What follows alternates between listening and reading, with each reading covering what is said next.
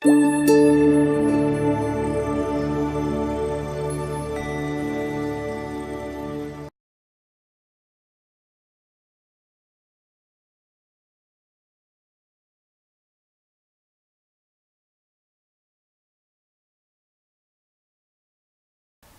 you unpack your reverse osmosis or RO system, I wanted to show you the different pieces that you're going to have for installation. There's the RO itself, which is a series of different filters, and we'll explain those in a little bit. There's a storage tank that's necessary because ROs make water very slowly. There's several different colored hoses that are going to help, the color coding is going to help with installation. There's a drain saddle to attach the discharge line to the drain under the sink. There's an angle stop adapter, a tank ball valve, a small adapter fitting, and a couple of these safety clips and a couple of screws in case you wanted to wall mount it. Now, an RO installation looks more difficult than it really is. It can be an intimidating piece of equipment, but if you slow down and just do it step by step, it's pretty simple and we don't think you'll have any troubles. The first thing we're going to want to do is to connect to the cold water line. There's going to be two angle stops under your sink, one for hot and one for cold. The easy way to identify them is turn on the cold water. And when you shut the valve off, if you found the cold water one, the water at the faucet will stop flowing. It's very simple. They turn one way on, the other way off. Once it's off, we're going to disconnect this. Using a simple adjustable wrench, we're just going to loosen it and take off the cold water line. We're then going to install an angle stop adapter like this. Ours is adjustable from 1/2 inch to 3/8 using this fitting that's going to go on either end.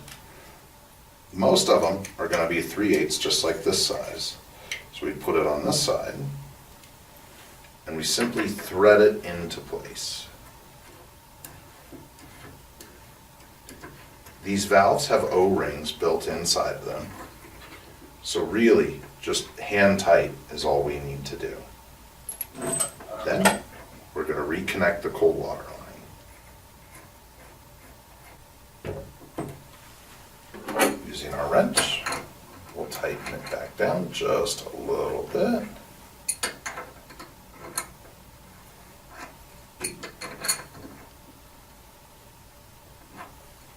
And the angle stop is now installed.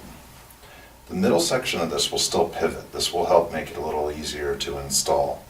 This is where the cold water going to the reverse osmosis system will hook up.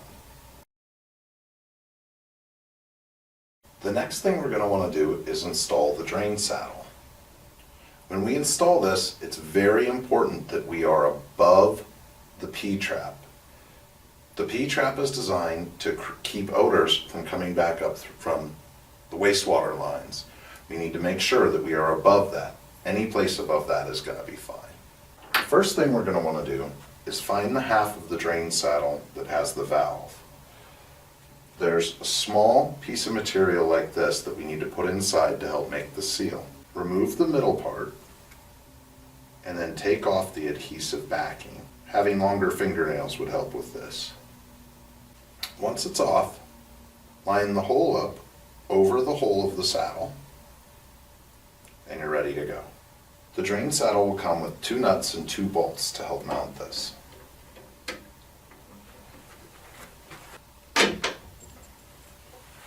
The bolts will go through the saddle, the nuts on the back,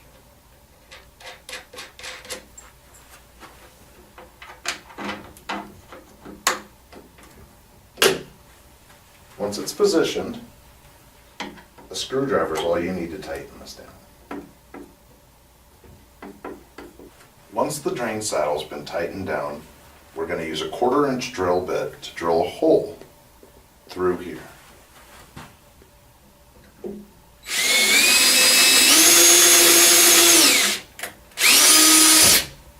Your drain saddle is now installed.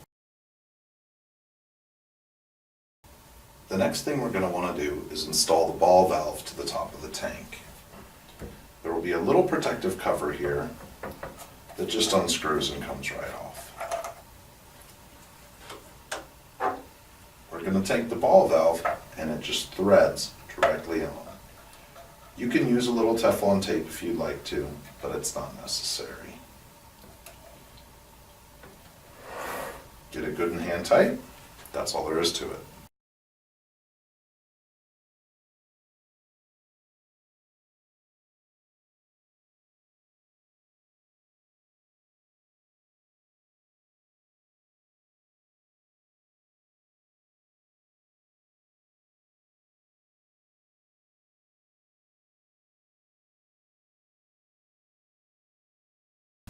Now that we have the angle stop adapter, the drain saddle, and the tank ball valve installed, we're ready to hook everything up. First, we're going to take the red line from the reverse osmosis system. This is our tap water inlet.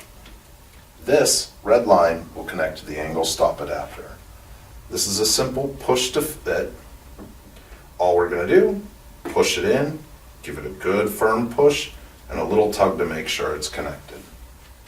Next, we're going to connect the black line, which is our discharge line, to the saddle that we just installed above the P-trap.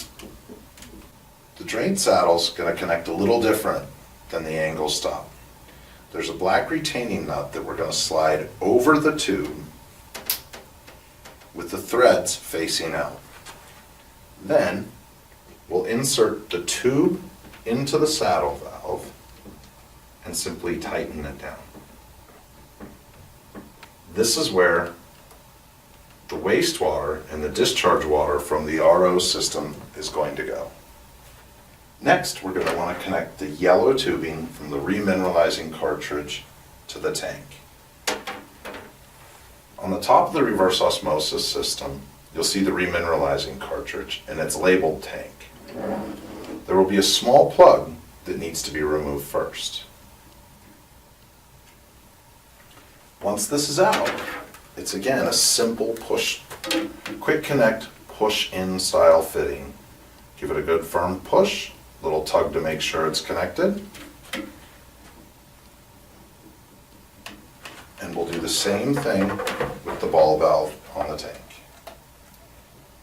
Push in, tug to check. The last connection is going to be the white tubing that we're going to use to put water to our ionizer. Again, on the top of the RO, there's a taste and odor filter. And again, another one of those little yellow plugs that needs to come out. Once this is out, we're going to use the 90-degree elbow that came with the RO, connect the white 1/4-inch tubing, give it a push, tug to make sure it's connected, and the same goes directly into the filter. Now that everything's connected, let's recap how they go. The red line is the tap water inlet and will connect to our angle stop adapter. The black line is our discharge line and will connect to the drain saddle. The yellow connects from our remineralizing filter to the storage tank. The white line is to deliver our product water, and this is what will replace the tap water in with our ionizer. Now that all of our tubing is connected, we're ready to put water into the system. The first thing we're going to want to do is make sure that the ball valve on top of the tank is on. We know it's on when the blue handle faces the line. If it's turned away 90 degrees, the tank is actually shut off. Make sure that it is pointing in the same direction as the tubing. Next, we want to shut off the angle stop adapter by turning it 90 degrees away from the tubing. Now that it's off, we can slowly open the angle stop back up to allow water back up to the kitchen faucet.